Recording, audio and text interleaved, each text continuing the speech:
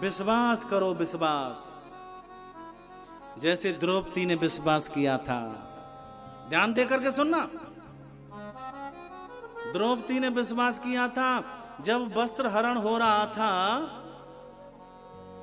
तो महाराज पांडव द्रौपदी को जुआ में हार गए।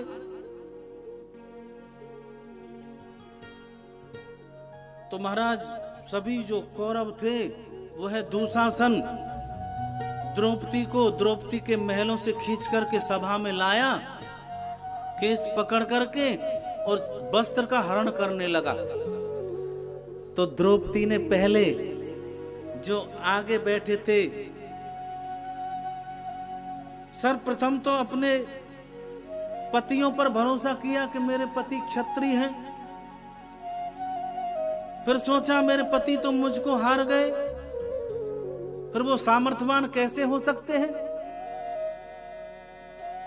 फिर सोचा कि जो आगे जो बुढ़े बाबा बैठे हैं, परम आदरणीय कृपाचार्य भीष्म पितामह द्रोणाचार्य, गुरु द्रोणाचार्य, उनसे कहा कि देखो इस सभा में ये घृत कार्य हो रहा है, नीच कार्य हो रहा है। एक अबला का वस्त्र हरण, एक स्त्री का वस्त्र हरण, ये ठीक नहीं। कुछ हो सके तो इसमें करो।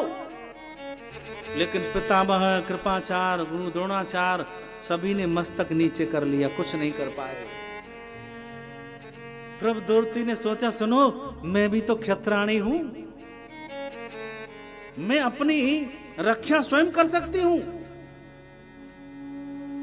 अपनी साड़ी को कस करके पकड़ लिया और कहा मैं अपना वस्त्र हरण नहीं होने दूंगी। किसी की ताकत नहीं, कौन की ताकत है जो मेरा वस्त्र हरण करेगा। लेकिन सज्जनों, वह दुष्ट दुशासन वस्त्र हरण किए जा रहा है। सज्जनों, जीवन में याद रखना, जब हम अपनी रक्षा संसार से मांगते हैं, स्वयं करते हैं, दर दर भटकते हैं, तो कोई रक्षा नहीं करता। मेरे गोविंद रक्षा करते हैं, मेरे गोपाल रक्षा करते हैं। मेरे गोविंद सब लीला को देख रहे थे। देखो द्रौपदी ने पितामह द्रोणाचार्य कृपाचार्य इन पर भरोसा किया, कोई बात नहीं, करो। फिर द्रौपदी ने अपने पतियों पर भरोसा किया, बिल्कुल करो, तुम्हारे पति हैं, नो टेंशन। फिर अपने आप पर भरोसा किया। लेकिन द्रौपदी अब कहती है, गोविंद तुम कहां हो? हर व्यापक सर्वत्र समाना, मैं तो सब जगह हूं और समान हूं, मैं कहीं गया नहीं। सज्जनों, जैसे ही द्रौपदी ने कहा हे गोविंद,